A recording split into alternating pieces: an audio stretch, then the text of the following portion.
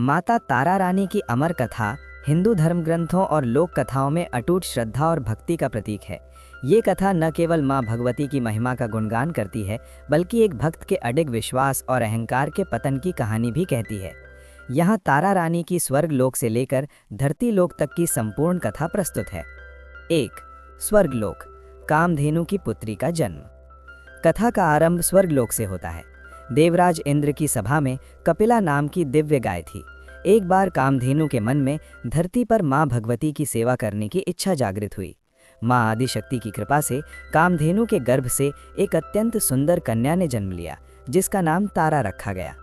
तारा बचपन से ही दिव्य गुणों से संपन्न थी और सदैव मां दुर्गा की भक्ति में लीन रहती थी।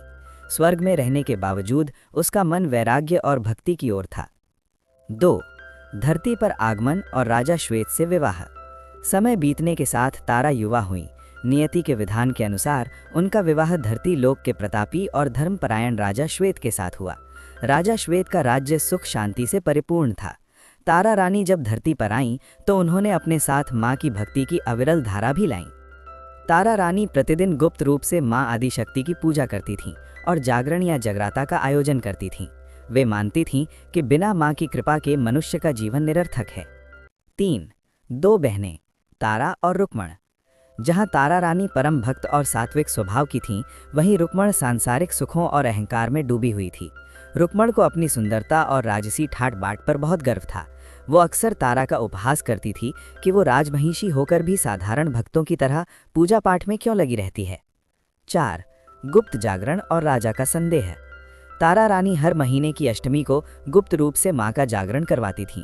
वे रात के अंधेरे में अपने महल से निकलकर दूर एक गुफा में जाती थीं, जहां अन्य भक्त एकत्रित होते थे।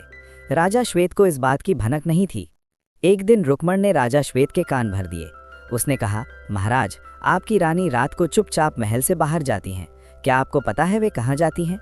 राजा श्वेत के मन में संदेह का बीज अंकुरित हो गया। उन्होंने तय किया कि वे स्वयं सत्य का पता लगाएंगे। 5. राजा द्वारा पीछा करना और चमत्कार। अगली अष्टमी को जब तारा रानी हाथ में अखंड ज्योत और पूजा की सामग्री लेकर महल से निकली तो राजा श्वेत तलवार लेकर उनके पीछे हो लिए। जंगल के ऊबड़ खाबड़ रास्तों पर चलते हुए तारा रानी के पैरों में कांटे चुभ रहे थे, लेकिन वे मां की धुन में मग्न थीं। अचानक राजा ने तारा रानी को टोका, ठहरो, तुम आधी रात को इस निर्जन वन में कहाँ जा रही हो? तारा रानी डर गईं, लेकिन उन्होंने सत्य कहा, स्वामी, मैं मां के जागरण में जा रही हूँ। राजा ने क्रोध में आकर कहा, यदि तुम मां की इतनी बड़ी भक्त हो तो दिखाओ कोई चमत्कार, इस सूखी लकड़ी को हरा भरा कर दो। तारा रानी ने मां का ध्यान किया और उस सूखी लकड़ी पर जल छिड़का। मां की कृपा से वो सूखी लकड़ी तुरंत एक हरे भरे वृक्ष में बदल गई। राजा आश्चर्यचकित रह गए, लेकिन उनका अहंकार अभी पूरी तरह नष्ट नहीं हुआ था। 6. गोपीचंद और भरथरी का प्रसंग। तारा रानी की कथा में राजा गोपीचंद और उनके मामा भरथरी का भी उल्लेख आता है। तारा रानी ने ही उन्हें वैराग्य और भक्ति का मार्ग दिखाया था। उन्होंने उन्हें समझाया कि ये शरीर नश्वर है और केवल ईश्वर की भक्ति ही सत्य है। तारा रानी की प्रेरणा से ही वे महान योगी बने।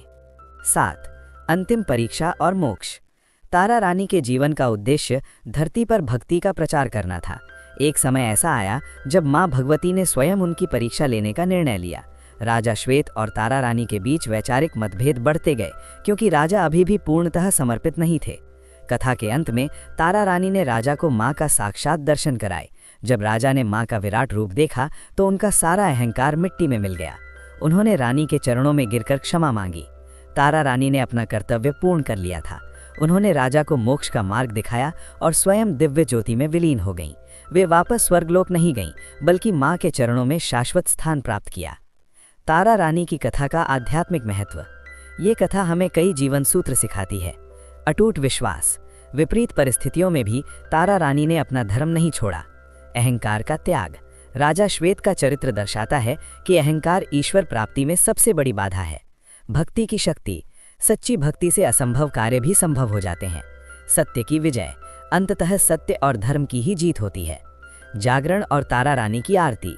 आज भी उत्तर भारत में जब भी माता की चौकी या जागरण होता है तो अंत में तारा रानी की कथा सुनना अनिवार्य माना जाता है। भक्तों का विश्वास है कि बिना तारा रानी की कथा सुने जागरण का फल पूर्ण नहीं होता। जय तारा रानी की, जय मां आदिशक्ति की। क्या आप चाहते हैं कि मैं इस कथा के किसी विशेष अंश जैसे राजा गोपीचंद के साथ संवाद को विस्तार से लिखूं या तारा रानी की आरती के बारे में जानकारी दूं? और ऐसे ही जानकारी के लिए वीडियो को लाइक और चैनल को सब्सक्राइब जरूर करें। धन्यवाद।